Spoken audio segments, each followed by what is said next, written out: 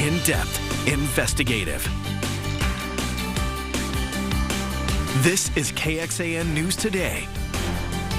And we got some heavy rain ahead of us as we head into the holiday weekend. Good morning, everyone, and welcome. I'm Sally Hernandez. And I'm Jayla Washington, and for Tom Miller. Meteorologist Kristen Curry joining us this morning. And Kristen, should we be canceling our outdoor plans? Because last week, my plans completely got ruined when I tried to go ice skating. Yeah, I know. Tonight, I think will be okay. Tomorrow night, though, that's when we have some heavier rain on the way. Let me show you what we're looking at here this morning, because at this point, it's just some light scattered rain on your Friday. This is going to be giving us some of those wet streets, some low visibility for the morning drive. We still probably have a handful of y'all going to work on this Friday, so just make sure you are factoring in extra time to get to where you need to go, because with the low visibility this morning, we're going to have to slow our speed some.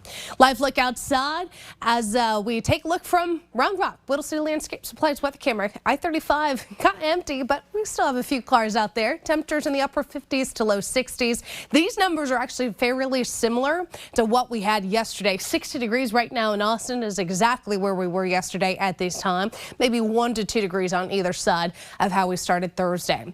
As far as your day planner goes, 50s to 60s. You'll notice the rain chances not quite as impressive as what we had yesterday, but they're only getting started. We've got more rain on the way. In fact, rain continues today, tomorrow, and for the next 3 days. We've got heavier rain, though, likely to come in for the weekend. We'll talk about that, plus your Christmas Day forecast includes some big changes. More in your first warning weather.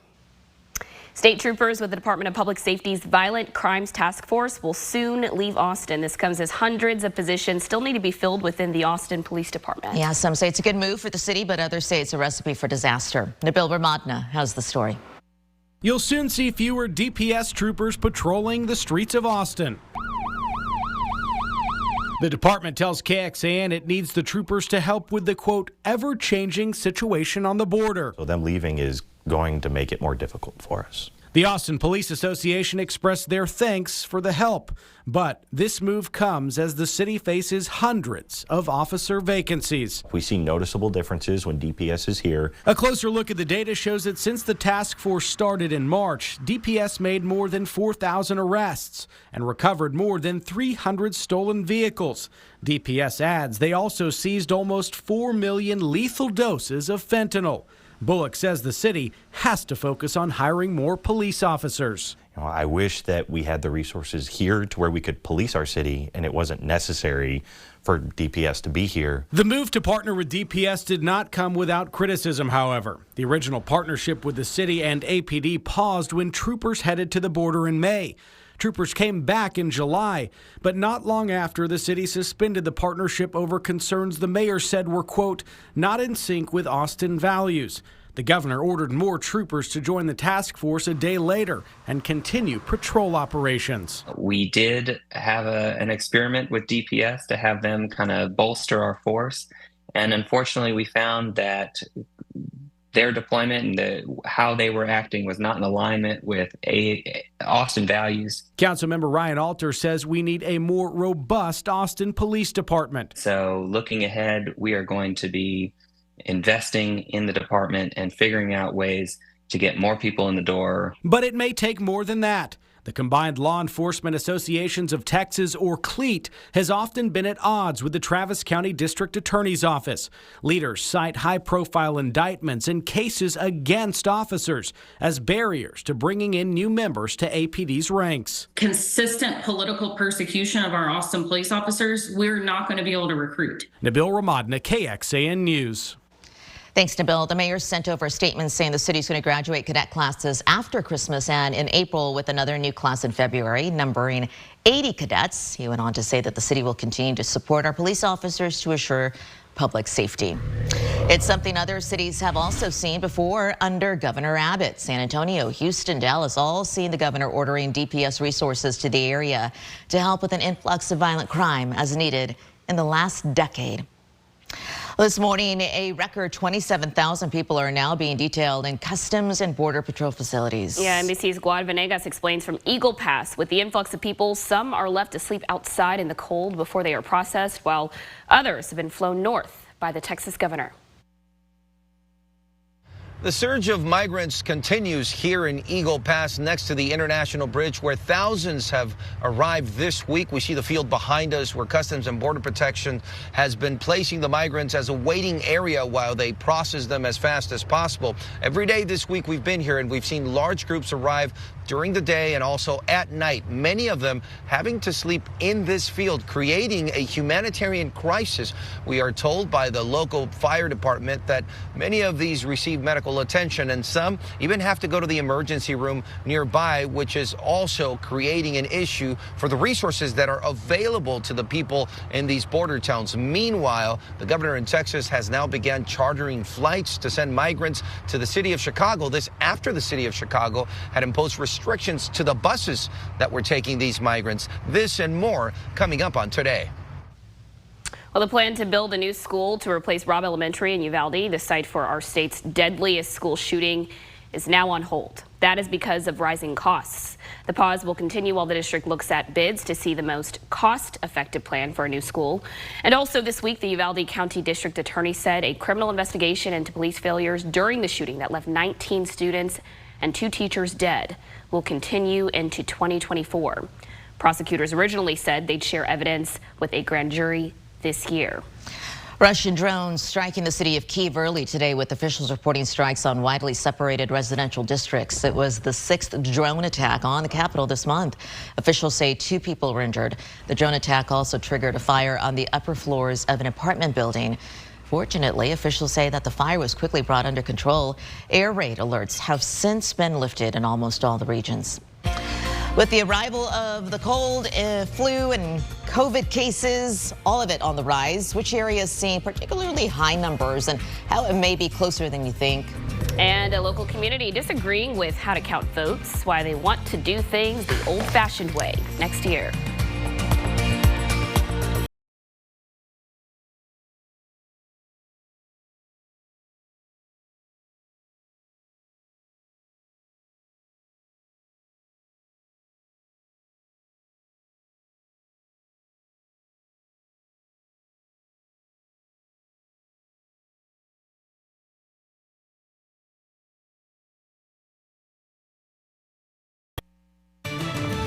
Good morning. You're watching KXAN News Today. Your time now 4:39. I'm filling in for Tom Miller this morning alongside Sally Hernandez, showing you a live look from Round Rock. Traffic obviously looking very light out there as of right now. We're going to check in with meteorologist Kristen Curry in just a bit for a look at our forecast. Czech police say a shooting in downtown Prague killed at least 14 people. It's the country's worst mass shooting and in a spot that draws in visitors from all around the world. Yeah, authorities say the deadly shooting inside Charles University may have been premeditated right next door to the Old Town Square. That's a major tourist attraction with a popular Christmas market. Investigators say that based on evidence, it appears the shooter killed himself. Still no word on the names of the victims and the gunman as of right now, but investigators did say the attacker is a 24-year-old college student. Police say the suspect's father was later found dead from an apparent suicide. Still unclear whether it occurred before or after the shooting. It is officially winter, and the Centers for Disease Control, the CDC, says with the cold season comes an expected rise in rates of flu and COVID cases. Dr. Mandy Cohen, the director of the CDC, says the U.S. is seeing a sharp increase in flu levels right now, especially in the South. COVID cases also appear to be climbing nationally. She said while cases of RSV seem to have reached the highest point this season, she says, though, that we are seeing RSV peak a bit sooner. And she also says that they believe that we are not near yet at the peak of the flu or COVID. Good. Yikes. All righty. Well, still ahead, we are asking the U.S. Postal Service what's being done to keep your mail and the people who deliver it safe as more mail theft crimes happen. And that's not just here in Central Texas. Good morning. Texas football continues prepping for the Sugar Bowl, and G.J. Kinney gets a nice gift going into Christmas. That's later in sports. Keep it here.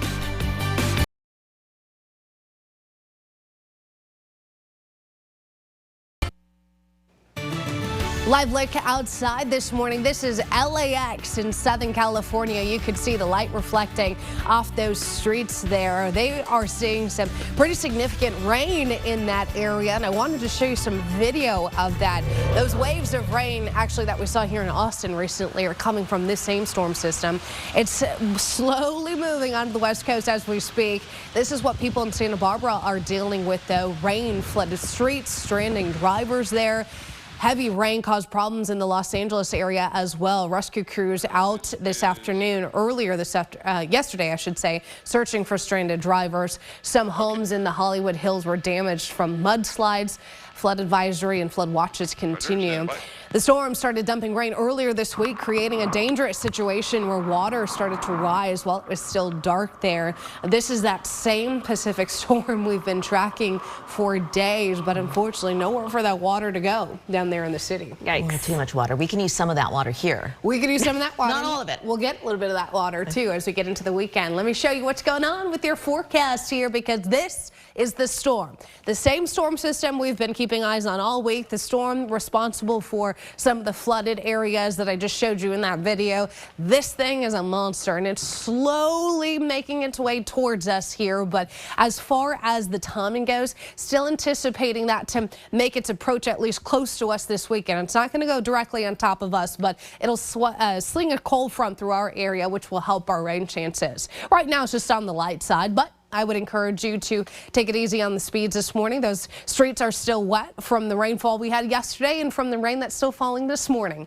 60 degrees is the current temperature. These numbers not too far from where we were yesterday. We started in the 60s. We finish in the 60s. Forecast high today, 67 degrees with a good 30 to 40% chance of light rain. Not trending as wet today. You'll notice putting this into motion.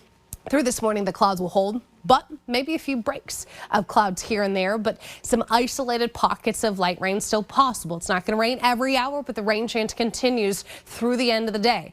Once we get into tomorrow, though, clouds will thicken up, and as that storm system approaches us from the west, we are going to see an uptick in rain chances and rainfall intensity late tomorrow into Saturday night and Sunday morning. This is when I think the timing of the cold front will be here. Cold front moving northwest to southeast. This will be our best chance for more heavy rain, isolated storms even in the mix. But look at your Christmas Eve afternoon. Behind that cold front, drier air, a little bit of wind, but we're going to see a mainly clear, looks like, Christmas Eve into Christmas Day. So the rainfall here continues all day today, for the most part tomorrow, and for the first half of your Christmas Eve. How much additional rain? Anywhere from 1/4 of an inch to isolated pockets of 1 to 2 inches, especially in our eastern counties. So your 7-day forecast shows that 30 to 40% today. We'll go 60% tomorrow, 80% mainly for the first half of Sunday, and then cold front comes in, brings in sunshine, drier air, and some breezy conditions. Temperatures will be in the 50s and 60s to start next week. All right, thanks, Kristen. Well, it is the busiest time of year for the post office, and unfortunately, thieves taking advantage. Of course. KXAN investigator Matt Grant has more on why some say not enough is being done, though, to keep your mail and the people who deliver it safe. Surveillance video capturing criminals stealing mail with ease, using what the Postal Service calls an arrow key to unlock multiple mailboxes at once. In this Southwest Austin community, yeah, not great at all. Homeowners like Todd are on edge, asking us not to use last names or say where we are. It makes us think twice, certainly about dropping mail off here at our mailbox. Videos like these show the neighborhood's been targeted at least 4 times since last year, most recently in October, suggesting multiple universal mail keys or copies are not in USPS control. Members of our community have had mail stolen, packages stolen, important legal documents, personal information, passports. It just goes on and on. How concerning is this to you? Very. Last week, the U.S. Postal Inspection Service busted a mail theft ring in Austin. According to federal court records, investigators found more than a dozen weapons, stolen checks, and an arrow key linked to a robbery in Leander this month. In that case, the letter carrier said 2 men demanded he give up the key. According to court records, this growing nationwide fraud often involves selling stolen checks to criminal organizations around the country on apps like Telegram, deposited into bank accounts opened with stolen identities. Last year, more than 400 mail carriers were robbed across the country. That's according to this Office of Inspector General report, which found overall the Postal Service lacks accountability when it comes to its arrow keys. In May, the Postal Service announced a plan to replace 49,000 antiquated arrow locks with new electronic ones. The Inspector General report criticized a lack of deployment timelines. In response, in October, the USPS announced it had replaced more than 6,500 arrow locks in unnamed select cities and said it will install the rest in the coming months. The agency said it also installed 10,000 high-security blue collection boxes nationwide. They're not receiving their checks. They're being stolen in the mail. Sharon McClendon works at an Austin tax planning office and sees the impact firsthand. She says several clients had tax refund checks go missing. This is identity theft. We have one client who had a $100,000 check stolen. The mail should be delivered, and we shouldn't accept that it's going to get lost. This is the master key or arrow keys that opens this entire block. Back in southwest Austin, fingerprint dust is still visible as neighbors hope their eye in the sky will be key to stopping the recent string of thefts. We need to, let our voice be heard too, to try to get someone at the post office to take accountability for this and develop a plan of action, keep their people safe, and keep our mail secure. The U.S. Postal Inspection Service says mail is often stolen late at night when there aren't a lot of people around. So here's how you can keep your mail safe. Don't let it sit. Make sure you check it every day. Sign up for informed delivery so you can preview mail that's arriving. Drop outgoing mail off at your local post office. When shipping packages, you can request that it be picked up at their local post office. And if you're going out of town, ask for your mail to be held for you. As part of its ongoing crackdown, the Postal Service says more than 600 people have been arrested since May for robberies and mail theft. Matt Grant, KXAN investigates. And the Postal Inspection Service says it is aware of the mail theft that Southwest Austin, the community, has been dealing with, and it's working closely with local law enforcement to investigate. And since May, postal inspectors conducted a series of targeted law enforcement surges in a handful of cities around the country facing significant threats from organized postal crime. And in August, it raised the reward money for crimes against letter carriers to $150,000 for robberies and $250,000 for murder. In recent months, letter carriers have held rallies in Houston and around the country calling on more to be done to keep them safe. Now, in the Houston case specifically, a postal worker there was hit and killed, and authorities said the driver didn't even stop to help. They cited a rise in crimes against workers, including robbery and assault. Now, the National Association of Letter Carriers wants to see the Department of Justice prioritize prosecuting these crimes committed against letter carriers. Well, Christmas came early for some Hays County drivers. A new alternative to frequently congested area of I-35 opened up this week east of San Marcos. The new FM 110 road, which is part of the East San Marcos Loop, begins slightly east of I-35 and Yarrington Road and ends at SH 80. TxDOT, Hays County, and the city of San Marcos helped pay for the nearly $40 million project. Well, your window to visit the Trail of Lights is closing. Tomorrow marks the last day to check it out. And just a heads up, this week's rain has made parking a bit more challenging. Organizers closed parking at the polo field last night. If you did pay for parking in advance, you can expect a refund within the next week. But you can still see all of the pretty lights. Just got to plan ahead a little bit. How to get to and from the trail, as well as ticket, shuttle, and parking information, all on our website right now. You can check it out on KXAN.com. And the Christmas countdown, it is on. The Today Show has one more stop on their holiday tour from Colorado to Connecticut. Today has been spotlighting places all over the country, full of cheer. Yeah, this morning they're heading to the village of Cooperstown, New York, the birthplace of America's national pastime, also known for getting decked at the holidays. So tune in for a visit to Santa's Christmas cottage, with an appearance from St. Nick himself on the final stop of the special series, Merriest Main Street, coming up this morning on the Today Show. This is KXAN Sports, brought to you by Thomas J. Henry. Good morning. Next week, Texas football will embark on the biggest part of their journey thus far as they need 2 wins to secure their biggest goal, a national title. They've been working this week. Steve Sarkisian said he's loving the intensity of practice and the hunger that the team has shown, which displays that there's been no drop-off since the Horns' dominating Big 12 championship performance. There's a short break coming up before they head to New Orleans to continue prepping for Washington. But after that, it's all gas, no brakes. You know I had to go there. The expectation is the same. The standard is the standard. That was the message. And understanding that we do have a lot of free time, but when we're here to work, it is work, and keep the main thing the main thing. The way that we've been playing the last 2 weeks, or the last 2 games, and the practices that we've been having, really, really good practice, communication, physically, mentally, everything that's going into it. And then we just trust our coaches. Our coaches have a really good plan for us these last 3 weeks and these next 2 weeks. And so we trust that. College football, G.J. Kinney had the Bobcats playing at a level they had not played for almost a decade, and for his efforts, he and Texas State agreed to a contract extension through 2028. The Bobcats went 7-5, their best record since 2014, and they will play in a bowl game for the first time since that year. Texas State faces Rice in the First Responder Bowl this coming Tuesday. And that is it for sports. Let's go back over to you. All right, Jonathan, thank you. And for those listening on the KXAN Today podcast, thank you so much for joining us. Here's what else we're tracking at 5 o'clock on KXAN Today. Maybe looking online for some last-minute Christmas gifts, a peek inside Amazon's Pflugerville Fulfillment Center, and how they are handling the holiday rush.